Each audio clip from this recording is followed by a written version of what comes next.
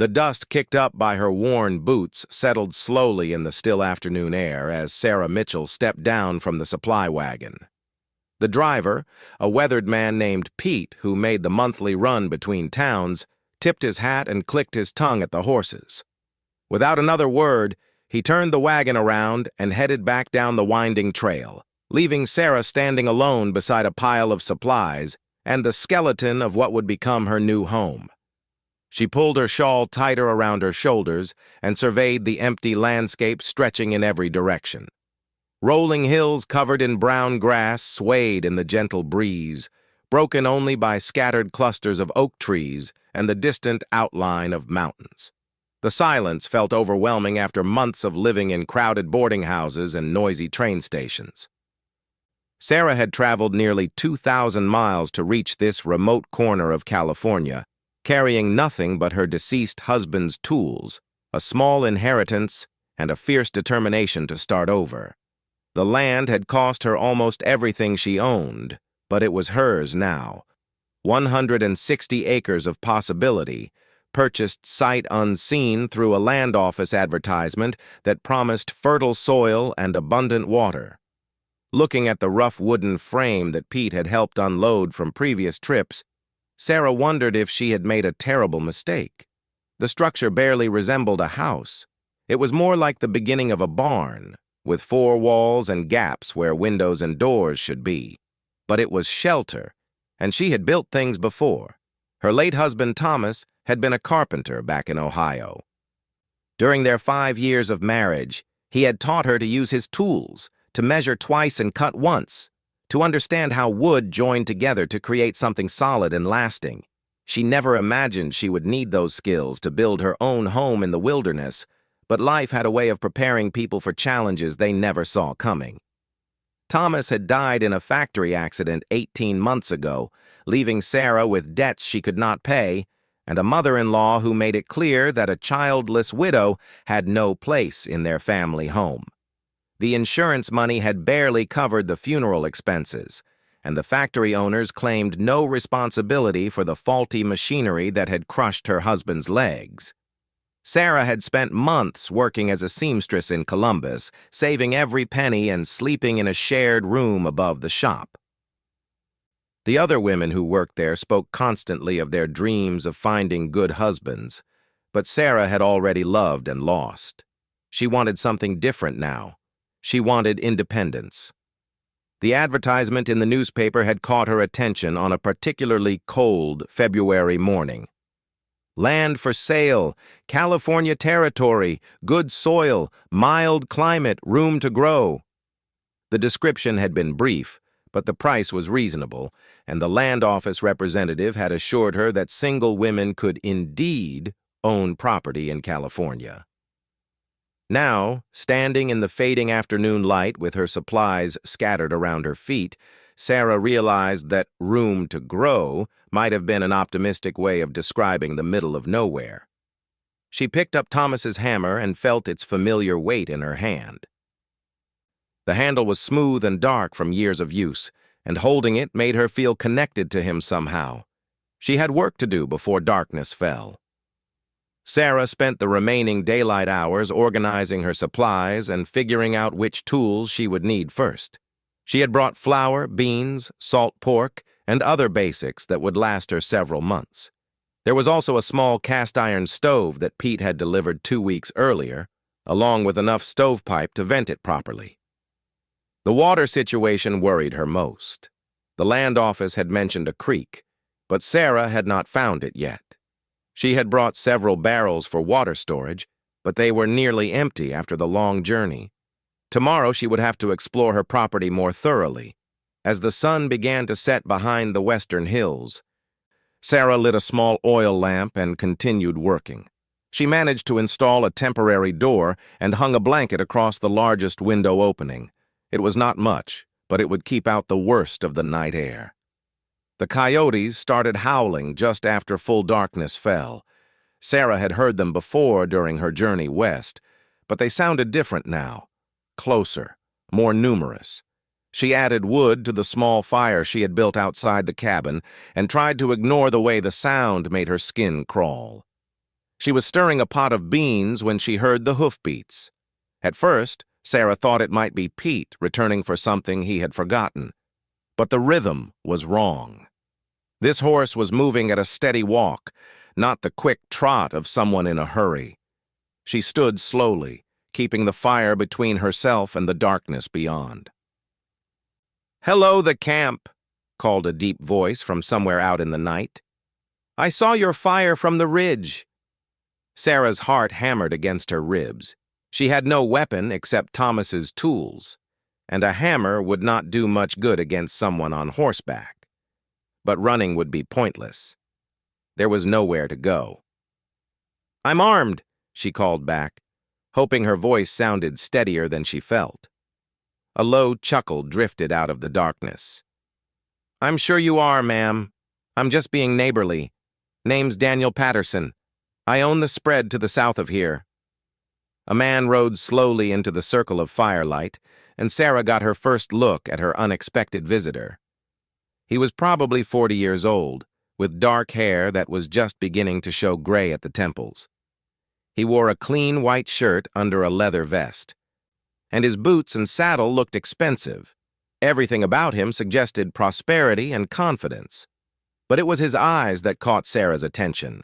They were a warm brown color, and they held the kind of careful patience that came from dealing with frightened animals. He was looking at her the same way Thomas used to look at spooked horses, with gentle respect and no sudden movements. "Evening, ma'am," Daniel said, touching the brim of his hat. "I hope you don't mind the intrusion. I've been watching for signs of life on this property for the past month. The previous owner was a man named Garrett who pulled out last spring after his crops failed 3 years running." Sarah felt her stomach drop. "Failed crops?" Daniel's expression grew more serious. "I'm afraid so. Garrett tried wheat and corn, but this land needs different handling. The soil's good enough, but water's the challenge. There's a creek that runs along the eastern border of your property, but it dries up most summers." "The land office said there was abundant water," Sarah said quietly. "I imagine they said a lot of things," Daniel replied. "Land offices usually do." He paused, studying her face in the firelight. "Begging your pardon, ma'am, but are you planning to work this land by yourself?" The question hung in the air between them. Sarah lifted her chin slightly. "Yes, I am." Daniel nodded slowly, as if he had expected that answer. "It's hard country for anyone, man or woman. Harder still for someone working alone." He shifted in his saddle, and Sarah noticed that his horse was a beautiful bay mare with white markings on her legs. Everything about this man spoke of success and prosperity. "I suppose you have some advice," Sarah said, unable to keep a slight edge from her voice. She had heard plenty of advice from men over the past year, most of it variations on the theme that she should find another husband and stop trying to do things beyond her abilities. "Just one piece," Daniel said. "Don't try to do everything at once. This land will teach you what it wants to grow, but you have to listen to it first." Sarah stared at him, surprised by the answer. "That's not what I expected you to say." "What did you expect?" "That I should give up and go back east where women belong." Daniel was quiet for a long moment. When he spoke, his voice was thoughtful. "My wife Emily used to say that the land doesn't care whether you're a man or a woman. It only cares whether you're stubborn enough to stick around long enough to figure it out." "Used to say?" "She died 4 years ago. Fever took her during a hard winter." Daniel's voice remained steady, but Sarah heard the pain underneath it. "She was the one who understood this country best. I just provided the muscle and the money."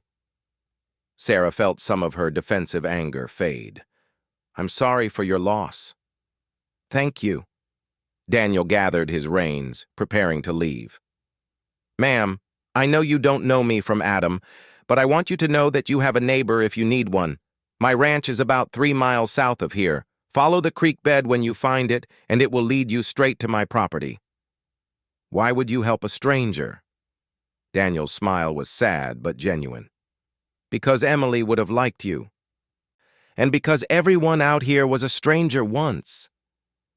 He touched his hat brim again and turned his horse back toward the darkness. Sarah listened to the hoofbeats fade into the distance, leaving her alone with the crackling fire and the distant sound of coyotes. She stood there for a long time, staring into the darkness where Daniel Patterson had disappeared. His visit had raised more questions than it answered, but somehow she felt less alone than she had since Pete's wagon had pulled away. The next morning dawned clear and cold.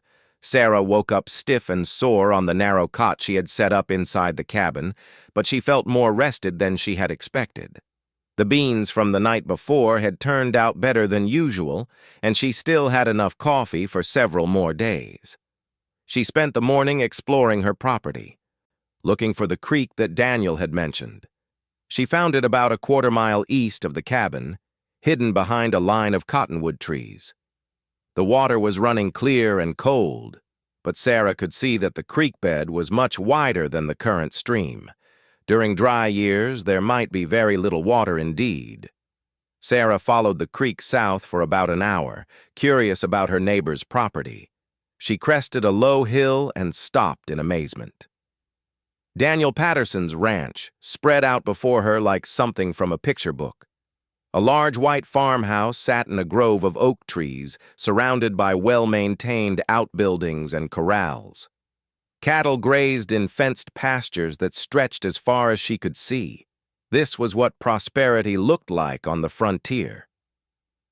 Sarah could not help comparing it to her own half-built cabin and empty land. Daniel had not been boasting when he described himself as a prosperous rancher. He was clearly one of the most successful men in the territory. The sight should have discouraged her, but instead it filled her with determination. If Daniel could build something like this in the wilderness, then she could at least build a decent farm. She just had to be smart about it. Sarah spent the rest of the day working on her cabin. She installed proper hinges on the door and began cutting boards for window shutters. The work felt good, familiar in the way that physical labor always had. Thomas's tools fit her hands perfectly, and she found herself falling into the rhythm he had taught her years ago.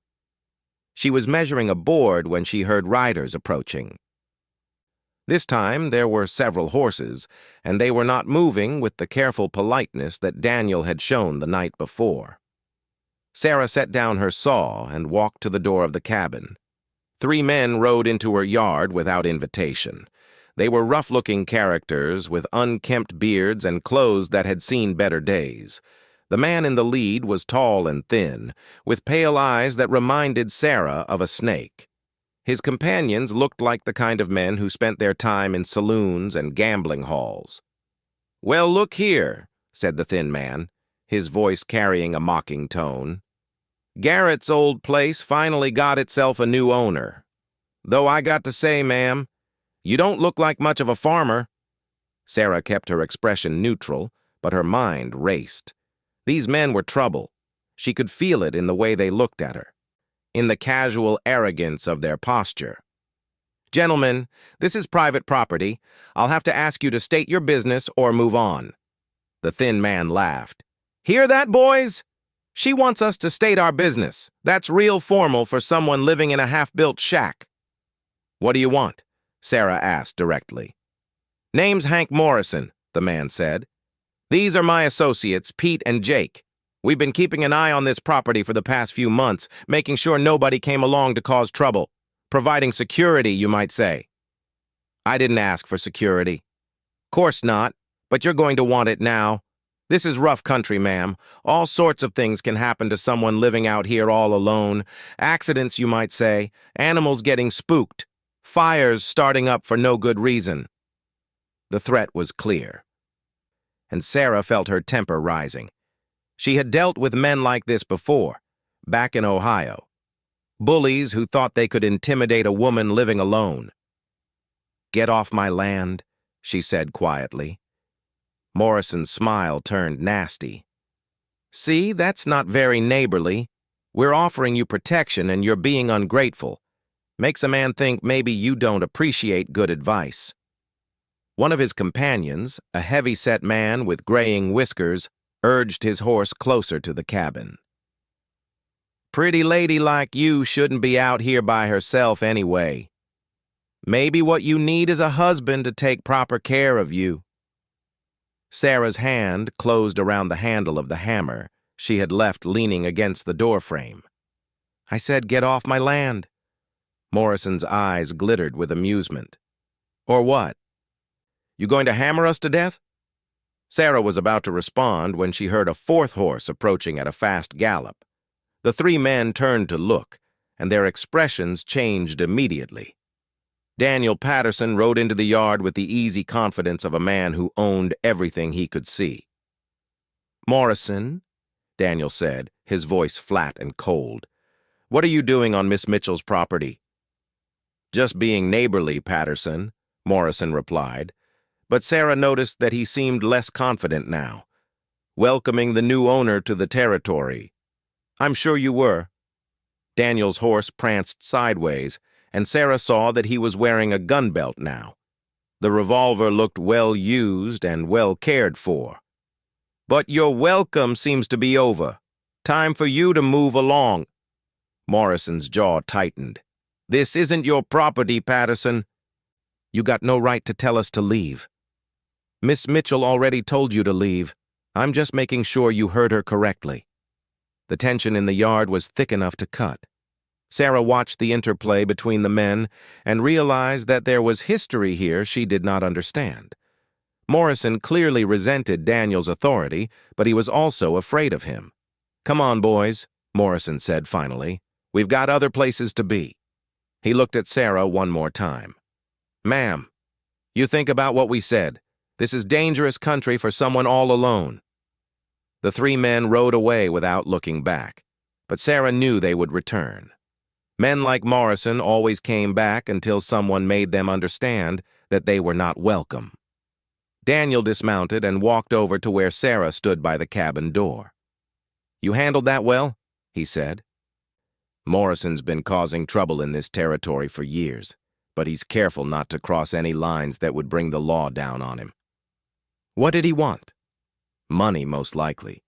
He calls it protection, but it's just extortion with a fancy name. He's tried it on other homesteaders over the years. Sarah felt a chill that had nothing to do with the weather. Other homesteaders? Daniel's expression grew grim. Most of them decided it was easier to pay Morrison's fee than to fight him. The ones who didn't, well, they had accidents. Barns burned down. Livestock went missing. Eventually, they gave up and moved on. And you just let this happen? I tried to help when I could, but Morrison's careful. He never does anything that can be proven in a court of law, and the nearest sheriff is 50 miles away. Sarah stared at Daniel, trying to process what she was hearing. She had known that frontier life would be challenging, but she had not expected to face organized intimidation. So what happens now? Now you decide whether you're stubborn enough to stay and fight or smart enough to cut your losses and leave while you still can. The blunt assessment stung, but Sarah appreciated Daniel's honesty. What would you do? Daniel was quiet for a long moment, studying her face. When he spoke, his voice was thoughtful. 5 years ago, I would have told you to leave. This kind of trouble isn't worth risking your life over. And now? Now I'm thinking that Morrison needs to learn that not everyone in this territory is going to roll over for him. Daniel's smile was grim. Besides, Emily always said that the best way to handle a bully is to bloody his nose the first time he tries something. Sarah felt something settle in her chest, a sense of determination that surprised her with its strength. She looked at her half-built cabin, at the tools scattered around the yard, at the empty land that stretched in every direction. It was not much, but it was hers. She had traveled 2,000 miles to get here, and she was not going to let some two-bit extortionist drive her away. Then I guess I'm staying, she said. Daniel nodded approvingly. In that case, you're going to need help getting ready for whatever Morrison has planned, and you're going to need it fast. The next 3 days passed in a blur of activity that left Sarah exhausted but oddly hopeful. Daniel had arrived at sunrise the morning after Morrison's visit, bringing with him 2 of his ranch hands and a wagon full of supplies. Without being asked, the men had set to work helping Sarah finish her cabin and prepare her property for whatever trouble might come. Miguel Santos, Daniel's foreman, was a quiet man in his 50s with calloused hands and patient eyes. He spoke English with a slight accent and seemed to understand exactly what needed to be done without being told. His partner, a younger man named Tom Bradley, had an easy laugh and endless energy for hard work. "The boss says you're planning to farm this land," Miguel said as he helped Sarah install window shutters on the second day. "What did you want to grow?" Sarah paused in her work, realizing she had been so focused on building shelter that she had not thought much about actual farming. "I'm not sure yet. Back in Ohio, my husband and I had a kitchen garden, but nothing on this scale." Miguel nodded thoughtfully. "This land, it wants different things than Ohio. You got good soil here, but water is the problem. Maybe you think about crops that don't need so much rain." "Like what?" "Beans, squash, some kinds of corn, and fruit trees if you plant them near the creek." Miguel gestured toward the line of cottonwoods that marked the water's path. "Apple trees, maybe peach trees. They take a few years to grow, but they last long time." Sarah found herself listening carefully to Miguel's advice. Unlike the well-meaning but condescending suggestions she had received from men back east, Miguel spoke to her as if he assumed she was capable of understanding and implementing his ideas. It was refreshing and encouraging. Tom Bradley proved to be equally helpful, though in different ways. He had grown up on a ranch in Texas and knew how to build things that would last in harsh weather. Under his guidance, Sarah learned to cut boards at angles that would shed rain better and how to use leather hinges that would not rust or break in winter storms. "The key," Tom explained as they worked on reinforcing the cabin door, "is to build everything twice as strong as you think you need. This country tests everything, and it don't give second chances to anything that's poorly made." Daniel himself worked alongside them without giving orders or taking charge. Sarah noticed that both Miguel and Tom clearly respected him. But they also felt comfortable enough to disagree with him when they thought he was wrong. It spoke well of Daniel as a leader that his men were not afraid to offer their own opinions. On the afternoon of the second day, Daniel approached Sarah as she was learning to operate the grindstone that Tom had brought for sharpening tools. "We need to talk about protection," he said without preamble. Sarah looked up from the axe blade she was sharpening. "You mean weapons?" "I mean being ready for trouble. Morrison's not going to give up after one conversation. He'll be back, probably with more men, and they'll try something more direct next time." Sarah had been dreading this conversation, but she knew it was necessary. "I've never fired a gun in my life." "That's not necessarily a problem. A shotgun doesn't require much skill. Just the willingness to use it when you need to, but there are other ways to protect yourself." Daniel led her to a spot behind the cabin where Miguel and Tom had been working on something she had not paid much attention to. They had dug a shallow trench that ran from the back wall of the cabin to a large boulder about 20 yards away.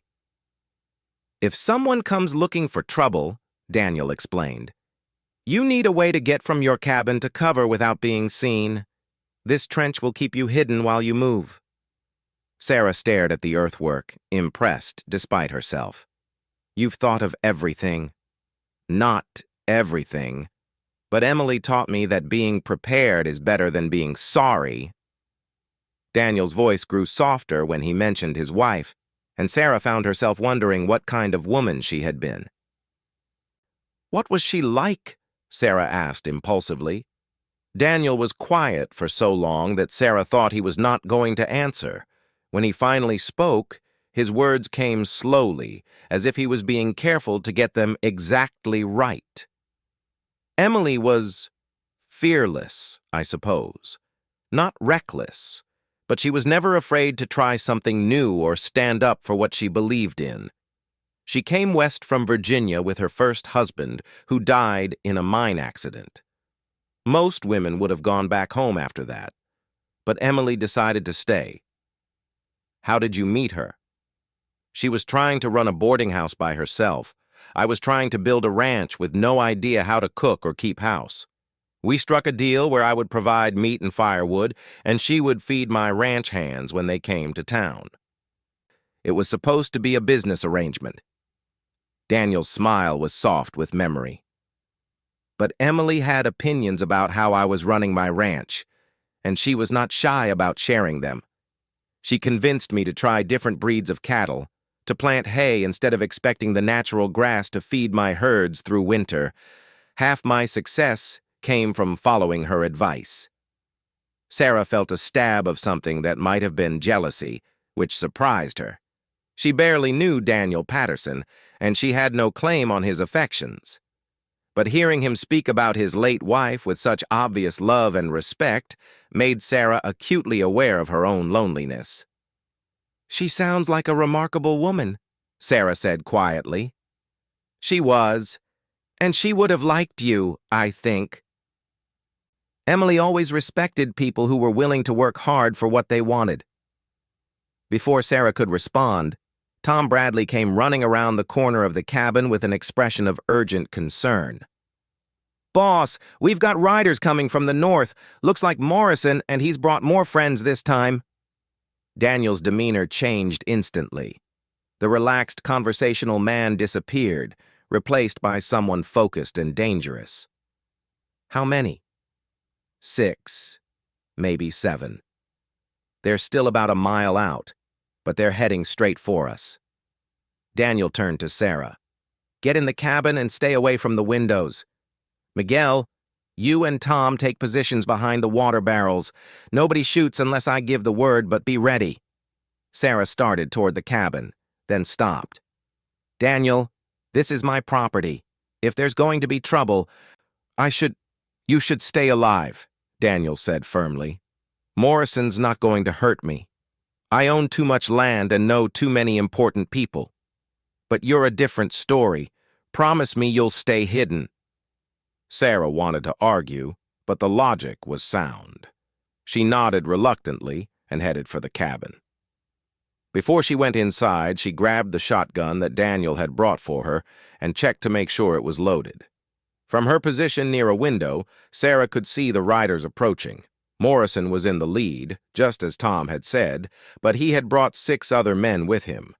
They all looked like the same type of rough characters he had brought before, but these were better armed. Sarah could see rifles in saddle scabbards and gun belts around every waist. Daniel stood in the center of the yard, completely relaxed, as if he was greeting old friends instead of potential enemies. Miguel and Tom had taken positions that gave them clear fields of fire, but kept them partially hidden behind cover. Everything about their stance suggested that this was not the first time they had faced armed trouble.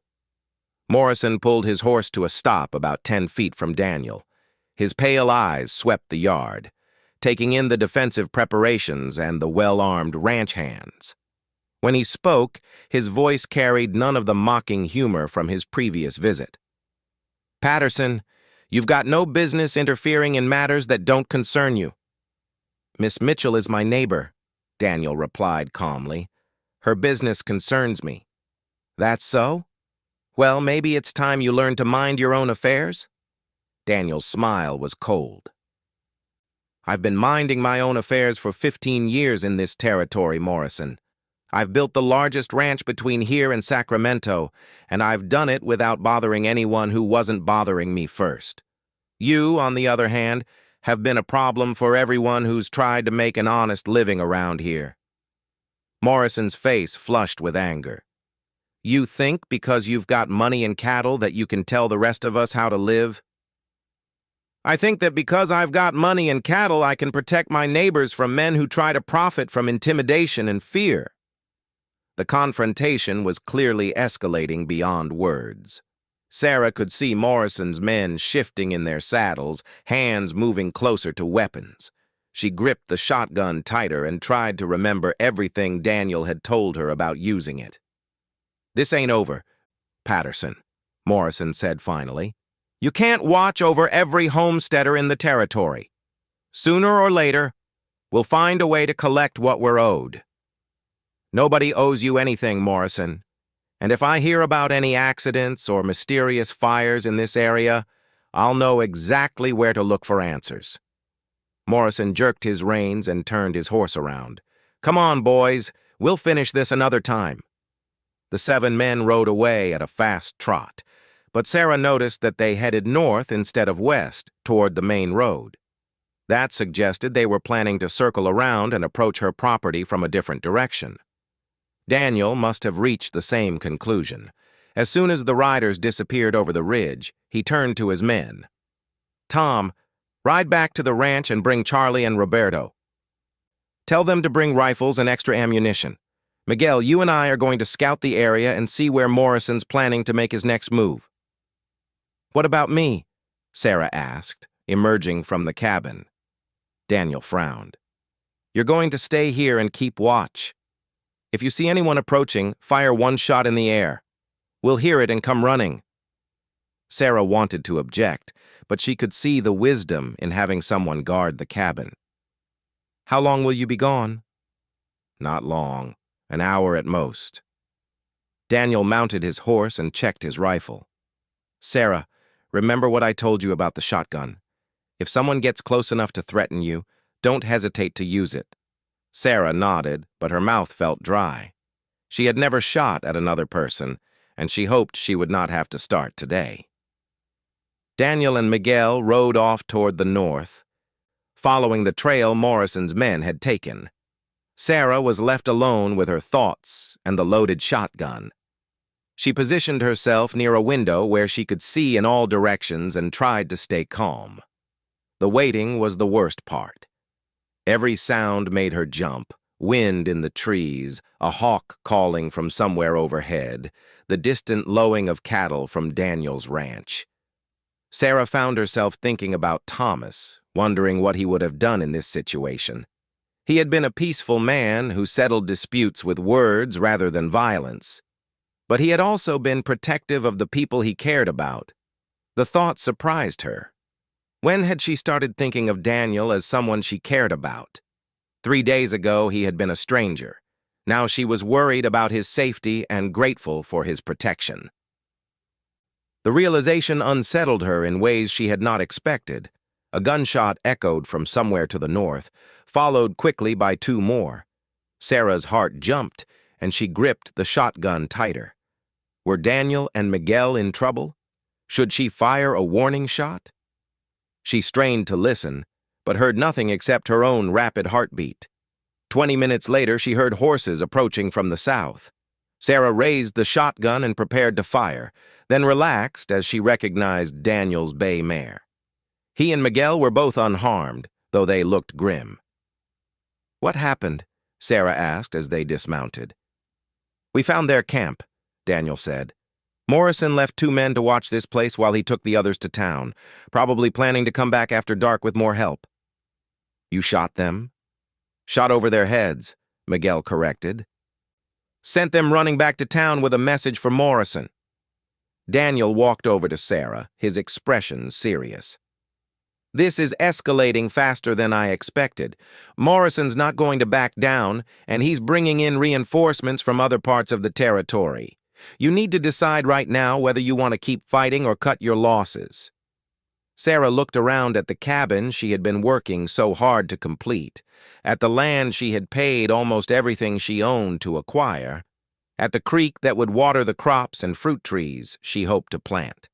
This place represented her chance for independence, for a life built on her own terms, rather than someone else's expectations. I'm not leaving, she said firmly. Daniel studied her face for a moment, then nodded. In that case, we need to change our strategy.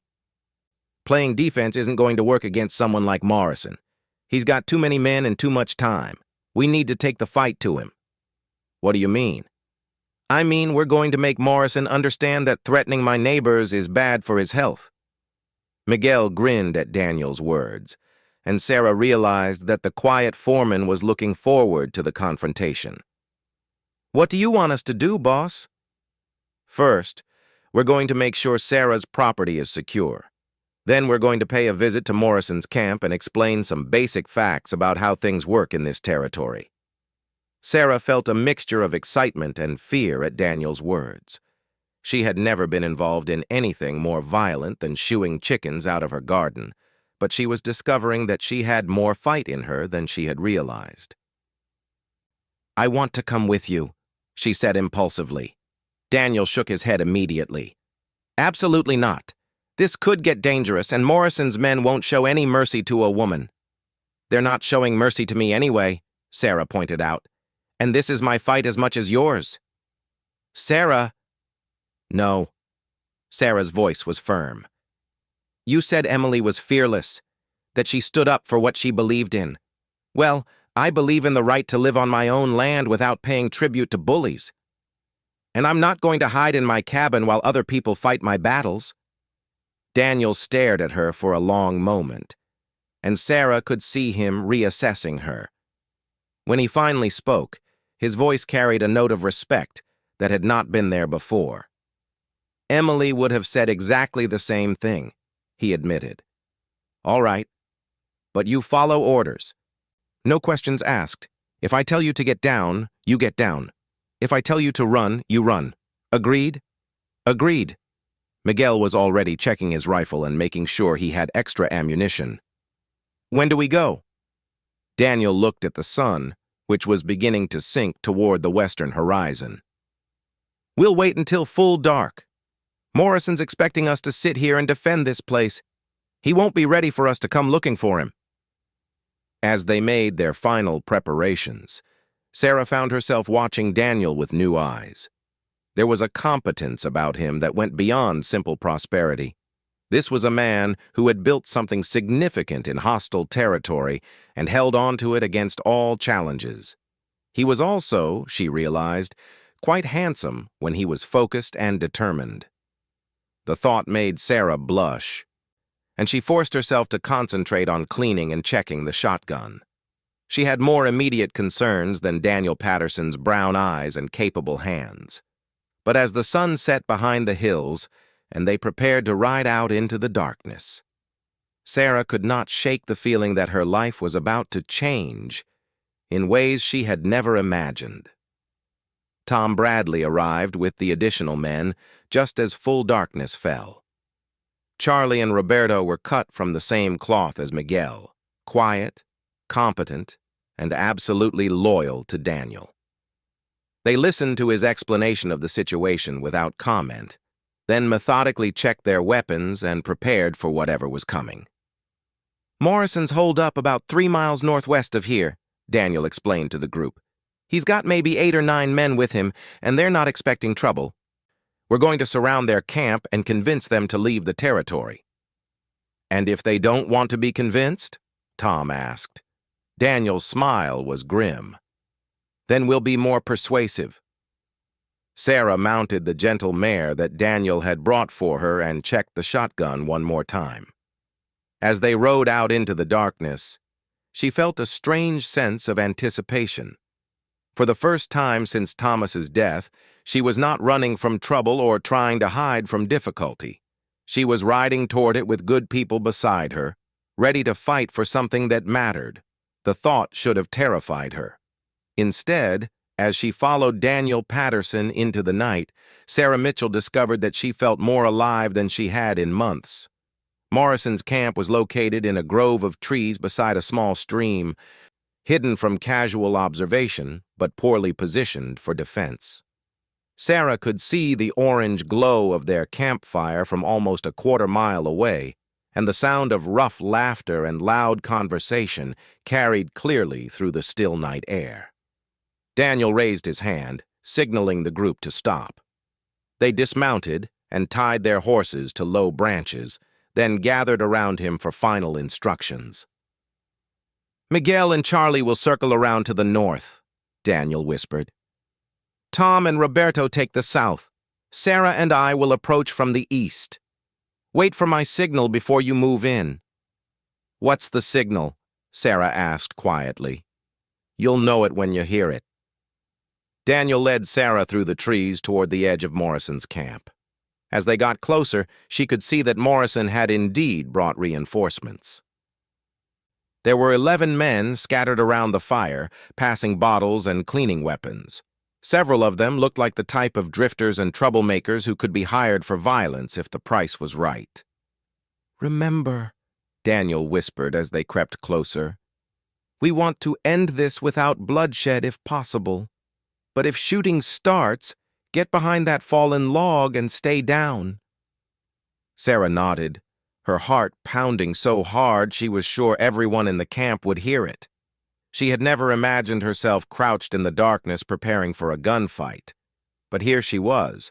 Life had a way of surprising people. Morrison was sitting on a camp stool near the fire, holding a bottle and talking loudly about his plans for the territory. "Once we run off this Mitchell woman, every other homesteader around here will know to pay up or pack up. Patterson thinks he can protect everyone, but he's just one man." "What about his ranch hands?" asked one of the hired men. "I hear they're pretty handy with guns." Morrison waved dismissively. "Ranch hands work for wages. They ain't going to risk their lives for some stranger's land. When it comes down to a real fight, Patterson will be on his own." Daniel's jaw tightened at Morrison's words. Sarah could see that the insult to his men's loyalty had struck home. She touched his arm gently, reminding him to stay focused on the plan. A few minutes later, Sarah heard the soft call of a night bird from somewhere to the north. Daniel tensed, recognizing the signal that his men were in position. He pulled his revolver and checked the cylinder one more time, then looked at Sarah. "Ready?" Sarah gripped her shotgun and nodded. "Ready." Daniel stood up from their hiding place and walked calmly into the circle of firelight. His sudden appearance caused an immediate uproar as Morrison's men scrambled for weapons, but Daniel's voice cut through the confusion like a knife. "Nobody move! You're surrounded, and my men have rifles trained on every one of you." Morrison jumped to his feet, his hand moving toward his gun, but he stopped when he saw the business end of Daniel's revolver pointed directly at his chest. "Patterson, what the hell do you think you're doing?" "Ending this nonsense before someone gets hurt," Daniel replied calmly. "You and your men are leaving this territory tonight, and you're not coming back. You got no authority to run us off. This is free country." "You're right about that. Which means Miss Mitchell has the right to live on her land without being threatened by you." Daniel's voice remained steady, but Sarah could hear the steel underneath it. "And I have the right to protect my neighbors from men who profit from intimidation." Morrison's eyes darted around the camp, trying to count how many men Daniel had brought with him. "Even if you got us outnumbered tonight, you can't watch everywhere all the time. We'll just wait until—" "No, you won't." Daniel stepped closer to Morrison, and Sarah saw several of the hired men take involuntary steps backward. "Because if I hear about any accidents or mysterious troubles in this area, I'm going to assume you're responsible, and I'll come looking for you." "That's a threat." "That's a promise. I've built the biggest ranch in this territory by taking care of problems before they get out of hand. You're a problem, Morrison." Sarah watched the confrontation with fascination. Daniel had not raised his voice or made any dramatic gestures, but every man in the camp understood that he was deadly serious. There was an authority about him that came from years of leadership and success, and it was far more intimidating than shouting or bluster would have been. One of Morrison's hired men, a young fellow who looked like he had not been in this business very long, broke the tense silence. "Hell with this, Morrison. I didn't sign up to go to war with Daniel Patterson. Everyone from here to San Francisco knows he's got money and connections and more gun hands than any rancher in California." "Shut up, Billy," Morrison snapped. But Sarah could see that the damage was done. The other hired men were looking nervous, glancing at each other and shifting their weight from foot to foot. "Actually, Billy raises a good point," Daniel said conversationally. "You boys are working for wages, and dead men don't spend money. Morrison's fight is with Miss Mitchell, not with you. Walk away now and there's no hard feelings." 3 of the hired men immediately began backing toward their horses. Morrison watched them go with growing anger, but he was not stupid enough to try to stop armed men who had decided to quit. "This ain't over, Patterson," Morrison said through gritted teeth. "Yes, it is." Daniel's voice was final. "Because if it's not over, the next time we meet, I won't be interested in talking." Morrison stared at Daniel for a long moment, clearly trying to decide whether he had any chance of winning a direct confrontation. The calculation did not take long. Morrison might be a bully and a coward, but he was not completely stupid. "Mount up, boys," Morrison called to his remaining men. "We're leaving." Sarah watched from her hiding place as Morrison's gang broke camp and rode off into the darkness. Several more men had decided to quit during the confrontation, leaving Morrison with only 3 loyal followers. It was hardly the army of intimidation he had been planning to use. Daniel waited until the hoofbeats faded completely before calling out to his men. "All clear. Come on in." Miguel emerged from the trees to the north, grinning broadly. "That was easier than I expected, boss. Morrison's not as tough as he pretends to be." "Most bullies aren't," Daniel replied. "But we need to stay alert for the next few days. Men like Morrison don't give up easily, and he might try something desperate before he leaves the territory." Sarah stood up from behind the fallen log and walked into the circle of firelight. She was surprised to discover that her hands were steady and her heart rate was almost back to normal. The confrontation had been less violent than she had feared, but no less decisive. "Is it really over?" she asked. "For now," Daniel said. "Morrison knows he can't win a direct fight, but he might try to cause trouble from a distance. We'll need to keep watch for a while." Tom Bradley kicked dirt over the remains of Morrison's campfire. "Boss, should we follow them? Make sure they actually leave the territory?" Daniel considered the question. "No, let them go. If we push too hard, Morrison might decide he's got nothing to lose and try something really stupid. Better to give him room to make the smart choice." As they rode back toward Sarah's property, she found herself thinking about everything that had happened over the past few days. A week ago, she had been a lonely widow, struggling to build a cabin in the wilderness. Now she was part of a group of people who had just faced down armed trouble together. The change was remarkable, but it was more than just the external circumstances. Sarah realized that she felt different about herself, stronger, more confident. When Morrison had threatened her, she had not considered running away or giving up. Instead, she had prepared to fight for what was hers. Back at her cabin, Daniel's men unsaddled their horses and prepared to spend the night on guard duty. Sarah invited everyone inside for coffee and the remainder of her beans, which had improved considerably with practice. As they sat around her small table, Sarah listened to the easy conversation between Daniel and his men. They talked about cattle prices and weather patterns, about plans for expanding the ranch and improving the breeding stock. It was the kind of practical, forward-looking discussion that spoke of success and stability. "Miss Mitchell," Miguel said during a lull in the conversation, "what are you planning to plant in your fields?" Sarah realized that this was the first time anyone had asked her about her actual farming plans, as opposed to questioning whether she could handle the work at all. "I'm thinking about what you suggested, beans and squash, maybe some corn, and fruit trees near the creek. Good choices. This land will grow all of those things well if you treat it right." Miguel's approval was clearly genuine. "You want help getting started? I know where to buy good seed stock." "I'd appreciate that very much." Daniel had been quiet during this exchange, but Sarah noticed that he was watching her with an expression she could not quite read. When Miguel and the other men stepped outside to check on the horses, Daniel remained at the table. "You've changed," he said quietly. "What do you mean?" "When I first met you, you looked like someone who was expecting the world to disappoint her. Tonight, you looked like someone ready to take on whatever came next." Sarah considered his words. "I suppose I have changed." A few days ago, I was afraid of everything. Afraid that I had made a mistake coming here. Afraid that I couldn't handle life on my own. Afraid that people like Morrison would drive me away. And now? Now I'm still afraid, but it doesn't seem to matter as much. I've got work to do and a life to build. Being scared doesn't change that. Daniel smiled, and Sarah felt something flutter in her chest. Emily used to say that courage wasn't about not being afraid. It was about doing what needed to be done even when you were terrified. She sounds like a wise woman. She was.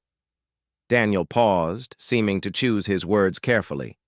Sarah, I want you to know that what happened tonight doesn't obligate you to anything. You don't owe me or my men for helping you deal with Morrison. Sarah looked at him in surprise. I know that. But why would you think I felt obligated? Because I don't want you to think that I helped you in order to take advantage of your gratitude. Sarah felt heat rise in her cheeks as she understood what Daniel was trying to say. Are you asking whether I'm grateful enough to welcome romantic advances from my rescuer? Daniel's own face reddened. I'm trying to say that I didn't rescue you. You stood up to Morrison yourself. I just provided backup. The distinction mattered to Sarah more than she had expected. Thank you for saying that. It means a lot to know that you see it that way. How could I see it any other way?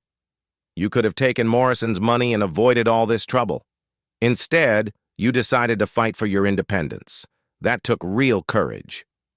They sat in comfortable silence for a few minutes, listening to the quiet voices of the men outside and the distant sound of night birds.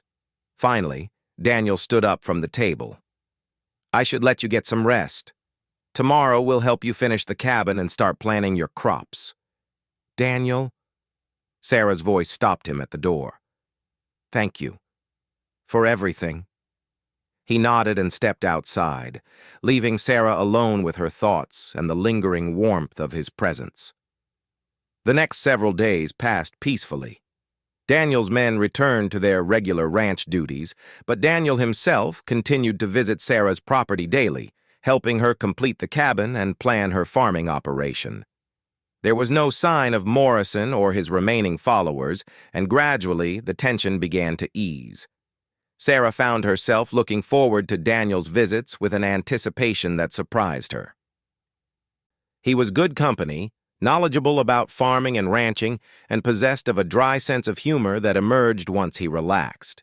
More than that, he treated her as an equal partner in planning her farm, rather than as someone who needed constant guidance.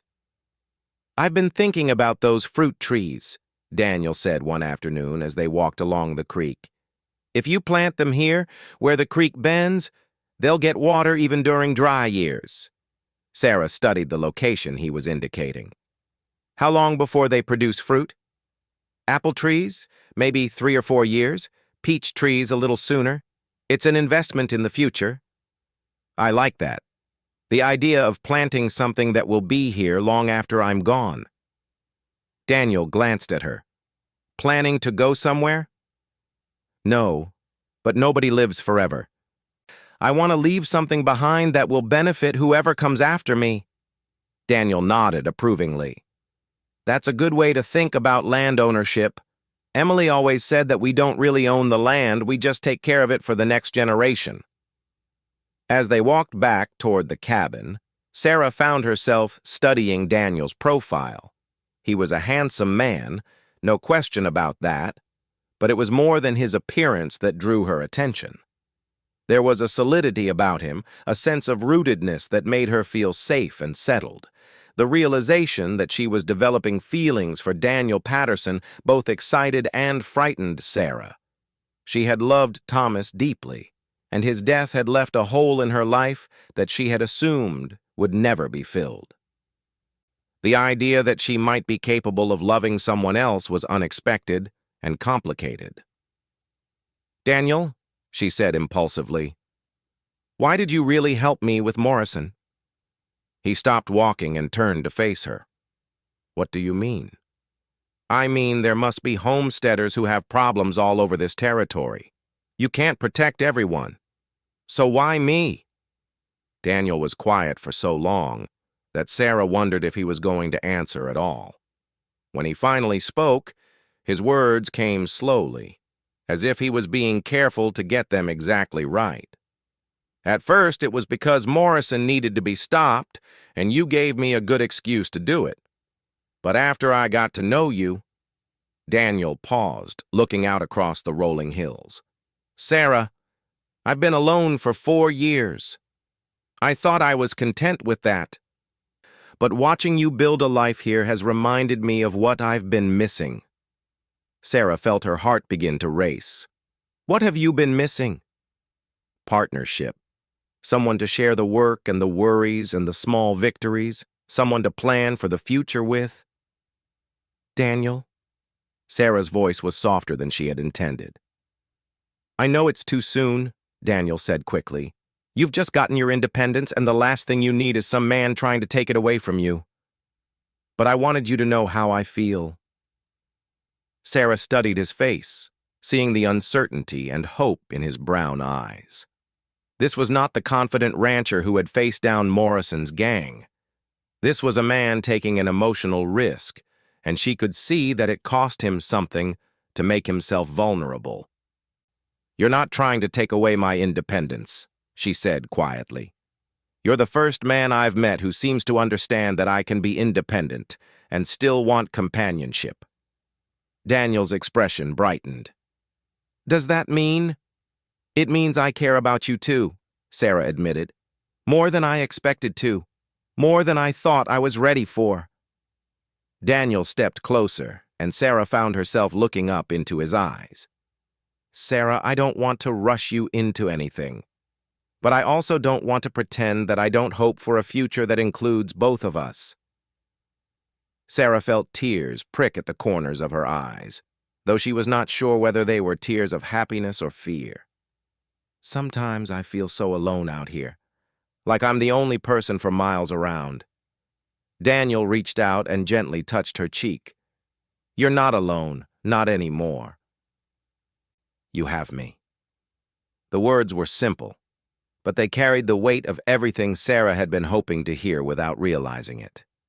She had traveled 2,000 miles to find independence, but what she had found instead was something even more valuable, a partner who respected her strength and wanted to share his life with her. What happens now? Sarah asked. Now we take it slow and see where it leads, Daniel said. You finish getting your farm established. I keep building my ranch. And maybe when you're ready, we start talking about combining our efforts. Sarah smiled through her tears. I'd like that. Daniel leaned down and kissed her gently, and Sarah felt something settle into place in her heart. She had come west looking for a new life, and she had found something better than she had ever imagined. 3 months later, Sarah stood in her kitchen garden, harvesting the last of the late beans before the first frost. The cabin was finished and comfortable, with proper windows and a stone chimney that drew perfectly. The fruit trees were planted and thriving, and next spring she would expand her cultivated acreage significantly.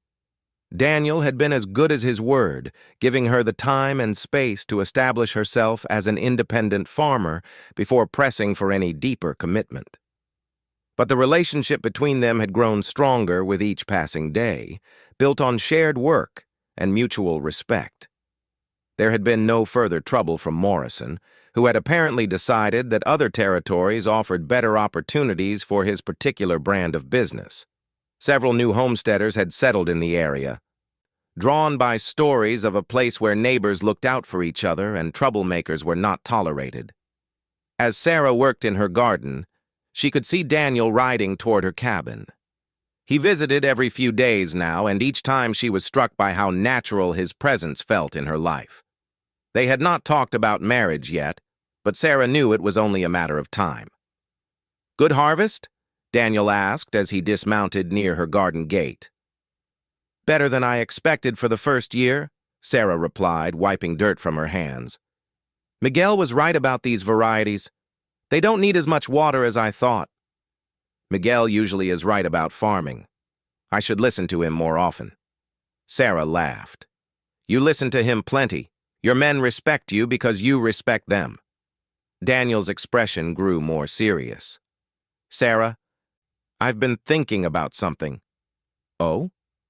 My ranch is successful, but it's getting too big for me to manage alone. I need a partner, someone who understands the land and the work, someone I can trust completely. Sarah felt her heart begin to race, but she kept her voice steady. That sounds like a business proposition. It is, but it's also something more. Daniel stepped closer, and Sarah could see the nervousness in his eyes. Sarah Mitchell, would you consider becoming my partner in every sense of the word? Sarah looked at the man who had become the center of her world, at the land she had learned to love, at the life she had built through determination and hard work. She thought about the lonely woman who had stepped off Pete's supply wagon 6 months ago, and about the confident farmer she had become. Daniel Patterson, she said, with a smile that lit up her entire face. I thought you'd never ask. As Daniel swept her into his arms, Sarah realized that her journey west had led her to exactly where she belonged. She had found her independence, her strength, and her future, all in the same place. Sometimes the best adventures were the ones that led you home.